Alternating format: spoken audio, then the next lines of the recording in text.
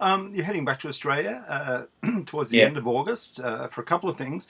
One of the things you're doing in September is a guitar camp, yeah, a 4-day guitar camp, which you've done around the world. Um, yeah. what do you hope that people walk away from when they're done with you?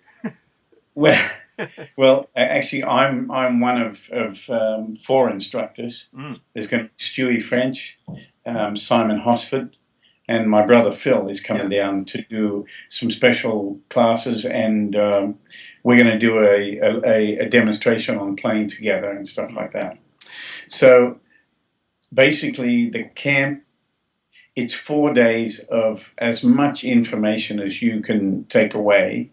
You're going to learn new songs every day, new arrangement skills, how to use your ear, um, um, uh, just so many things that you're going to be able to take away that are going to help you improve. The idea is to give people the tools to help themselves. yeah. And that's what my camps are also all about, listening to each other. And,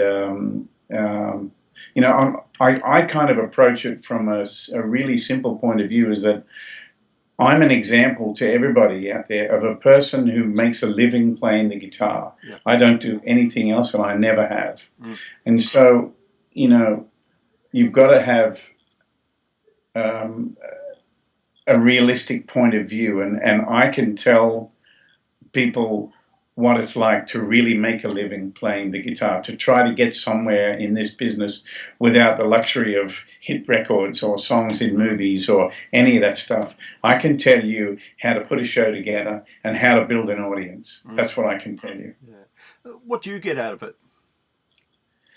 The satisfaction of knowing that I'm genuinely helping people, you Yeah. know.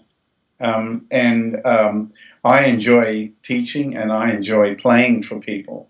So, I do a lot of playing at these camps, and I also find time for one-on-one sessions with people who maybe either want to tell me something or ask me something, or that maybe they're just a little shy to play in front of the class, kind of thing. People will get their time one-on-one with me and the other instructors as well. Yeah.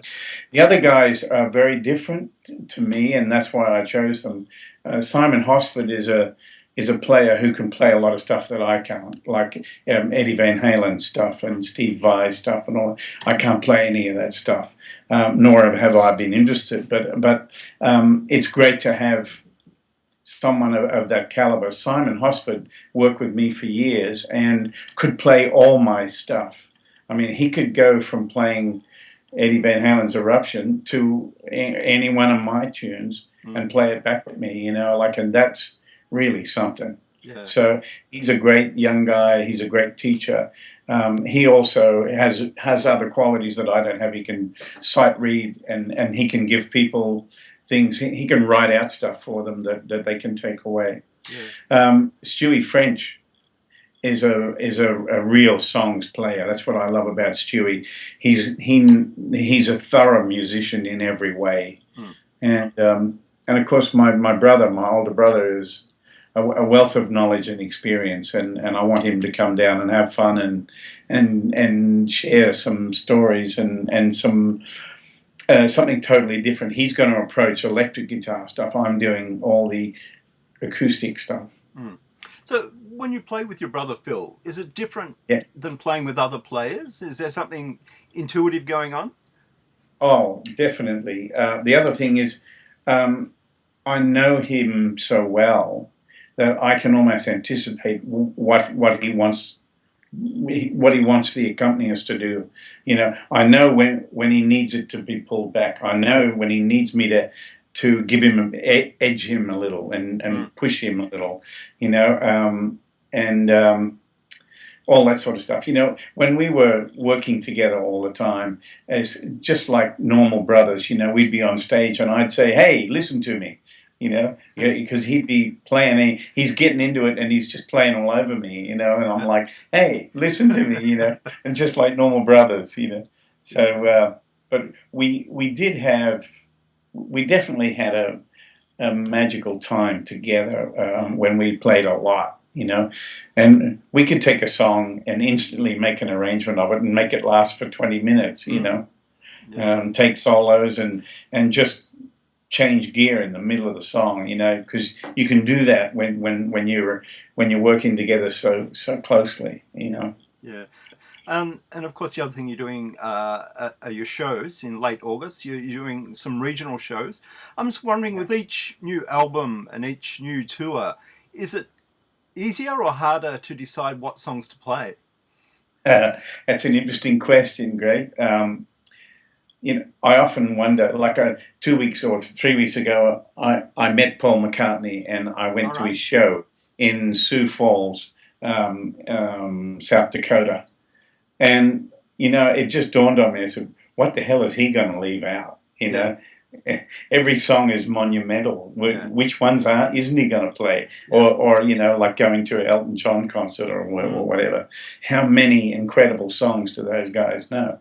Well, for me, I try to pick songs that people might not expect and songs that they do expect, sort of thing, you know. And I like to mix it up, you know, like what I normally do when I'm touring and when I'm doing show after show after show, day in and day out kind of thing. I tend to use my sound checks to practice songs that I haven't played in a while. Yeah. So I might go out and play a bunch of Chet Atkins tunes just so I don't forget them, and then play stuff from one of my early albums, and that's my sound check, you know. And I've had to play. I've gone over the arrangements, and I might throw one of those into the show tonight, kind of thing, you know. Yeah.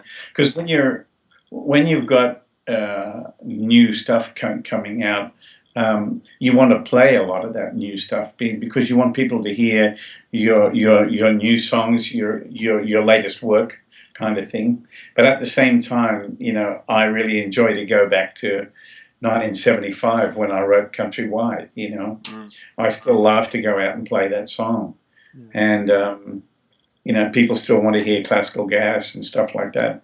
And I don't always do it, but I try to fit it in.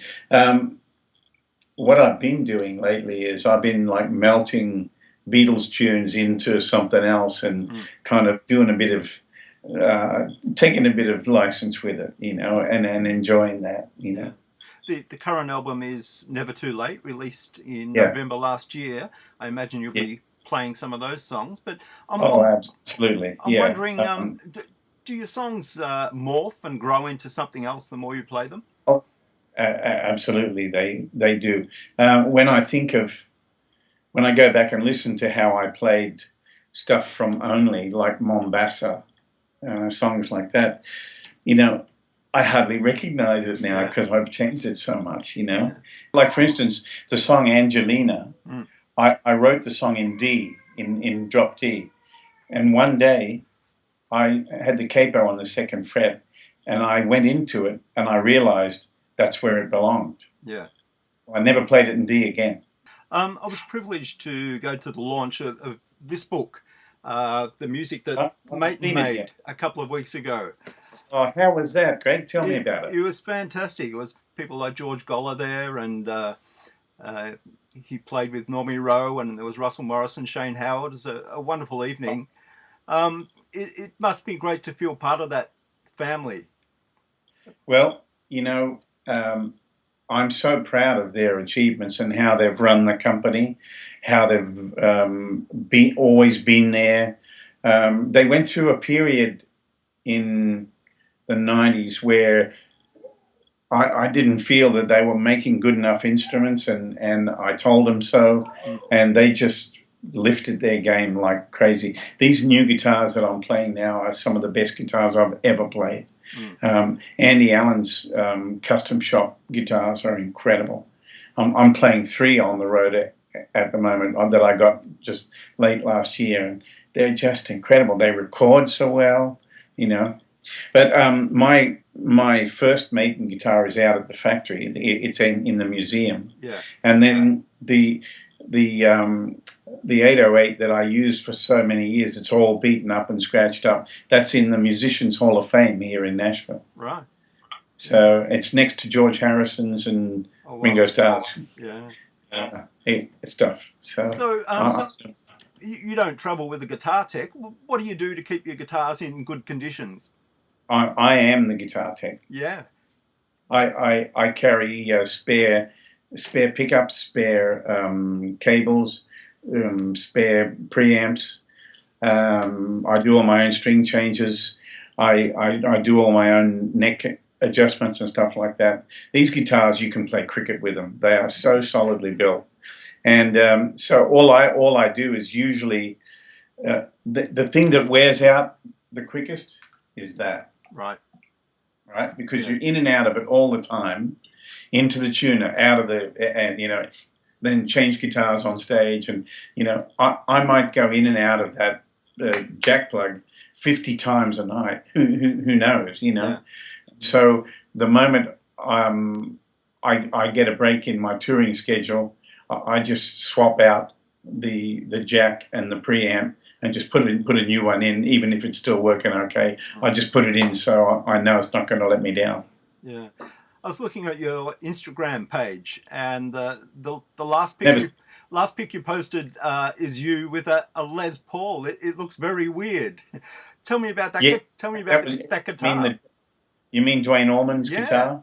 Yeah, that was in Macon, Georgia last month. Yeah. I did some dates with a great artist named Jason Isbell, and we played in Macon, which is where the Allman Brothers come from. And the guy who represents the family and the museum and all that came down in the afternoon with Dwayne's guitar for us to play. Yeah. And it's not all original, actually. It's a 57 gold top Les Paul.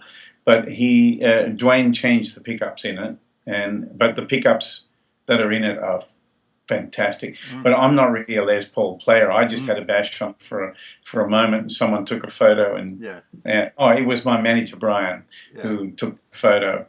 But there were more than 1 million viewers on that photo. It's insane. It's just a gold top Les Paul, but because it was Dwayne's, I guess. But there were also some people who wrote in and said, you holding that guitar is sacrilege, and you're not worthy to change his strings. And a lot of people, there are haters out there who just want a chance to say something awful. That's crazy. To you. Can't take it to heart. Yeah. 10 years ago, you told me that one of the things on your bucket list was to record an album with other guitarists. Oh, I'm halfway through it. Oh, great. Yeah. Yeah. I've just done 2 tracks with Ricky Skaggs. Fantastic. I've done a couple of tracks with Jason Isbell. And I've got David Grisman coming in to do some mandolin stuff with me. And so I'm starting to build that now.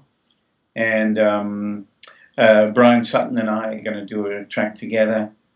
So I've already made a start. J.D. Simo and I did 2 tracks the other day, and we did a rework of Dock of the Bay and a song I wrote called Wheelin' and Dealin'. Okay. And he took this almighty electric guitar solo on it. It's unbelievable. When people hear it, they're going to be mind blown. Yeah. So there's a lot of good stuff going on. Yeah. I'm just wondering, when you are writing new songs, what tricks have you learned not to rewrite old songs?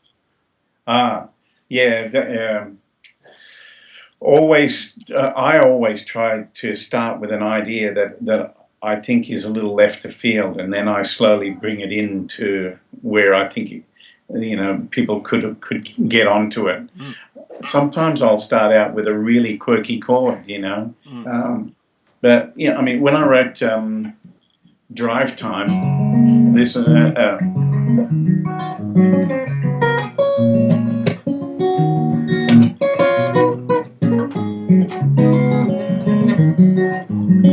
was a long time ago.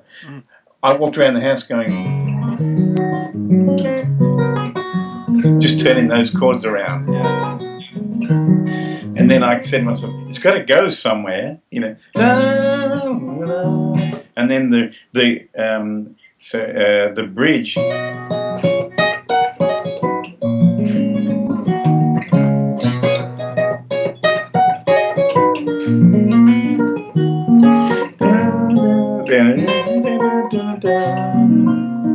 Leads me back in. So, you know, but I've never written anything like that. And I don't think I could have written that song if I hadn't really studied James Taylor's songwriting. And, you know, that there's a song of mine called The Man with the Green Thumb, Right. which is a kind of tribute to Chet Atkins. But I got the idea from James Taylor's Copper Line, Right. where he went...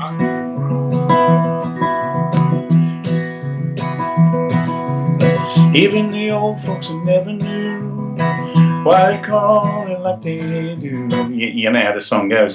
So I'm listening to it 100 times and I think, what is so magical about this song? And it's this movement. So I put the movement, I put it there, then I put it down here.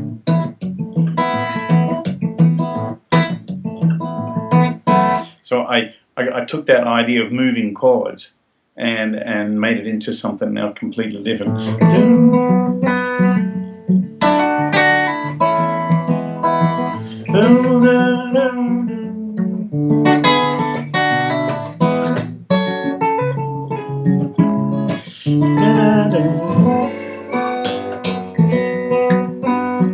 Then I use this piano idea. See that? Yeah. So I've got a D with an F sharp in the bass, then an E with a A flat, then I've got a D with a suspended 2E. So that's a beautiful sound to your ear. Yeah, so, and in that song, when it comes into the bridge, the first bar of the bridge is a Merle Travis quote. That's from Saturday Night Shuffle. Right, so I'm trying to connect the past with the future by little quotes like that, you know.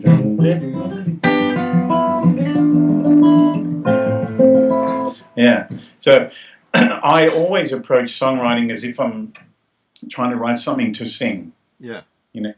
You know, I never want to be just noodly guitar stuff. There's enough people doing all that, you know, and it doesn't interest me. I'm interested in writing something where I can tell you a story. Yeah. Is it hard to know when a song is finished? Well, if you trust your instincts on it, then you're usually right. What I find is the most helpful is if I go through the process of writing and using all the tools that I know work, then I record it and have a listen back. And I don't play along with it. I put the guitar down. I just listen to it and make sure that it says everything I need to say. You know, because I'm hard to please. Yeah. So one more, and we'll let you go. Next week is the 15th anniversary of Chet Atkins passing away. yeah. I imagine you would have had a gig that night or soon after. Do you remember that gig, the first? I remember that gig like it was yesterday, and I'll tell you where I was. And I had to break the news to Albert Lee and Martin Taylor that night. Right. I was opening for Bill Wyman and the Rhythm Kings, and I had just played 2 albums recording with Bill, and I really wanted to do the tour. I wanted the opening spot on that tour because this was my best shot at getting going here in England, or there in England. Where am I? I'm in Nashville, that's right. I was just in England yesterday. And so I got that tour, and we were in St David's Hall in Cardiff in Wales, and it was about 5 minutes to 8, and my phone rang, and it was Dr. Mark Pritchard telling me that Chet had just passed away. And so I had to go on stage in 5 minutes, and I went into the other dressing rooms and told Martin and Albert, and they were pretty upset. And I went out and dedicated the show to him, and then when I finished my spot, I did like 30 minutes, and then I went out and signed autographs and all that stuff, and then I got in the car, and it was a beautiful summer's night, and I had to drive 4 hours back to Windsor in England, and I just had the top open, and I had the Fingerpickers album on real loud in the car. I was driving up the M4, Yeah. and so I think that's when I did most of my crying Yeah. on the trip, and then I got back and told the folks I was staying with, and yeah. So what I enjoyed doing a year later was writing a song with him. I found some because I still have all the tapes we sent to each other. Yeah. And these are tapes with little bits of ideas and suggestions and stuff like that. And because he was constantly coming up with ideas, he really was. He was a great ideas guy, and he'd try to find as many clever ways going from D to G back to A. He was just a never-ending source of information. And so he sent me all these tapes, and it was a year to the day of his passing, and when I came down early into my office and I put on some of his music, and I started going through the tapes, and I found a song which turned into a piece I called Chet's Ramble. And yeah, so a year after he's gone, I wrote a song with him. Yeah, that's fantastic. So it was an incredible feeling. Yeah. It really was. Yeah. And it was some of his friends who, when I played it for them, they said, "Oh, it's a ramble," and that's where the title came from. Yeah. All right. Thanks so much for your time, Tommy. It's been great to catch up again. Clear again. We hope to see you down here. Yeah. All right, mate. Thank what you a very pleasure much. talking to you. Thanks for your time today, Greg. Thanks, Tommy. Catch you soon. See you soon. Bye. Bye, mate.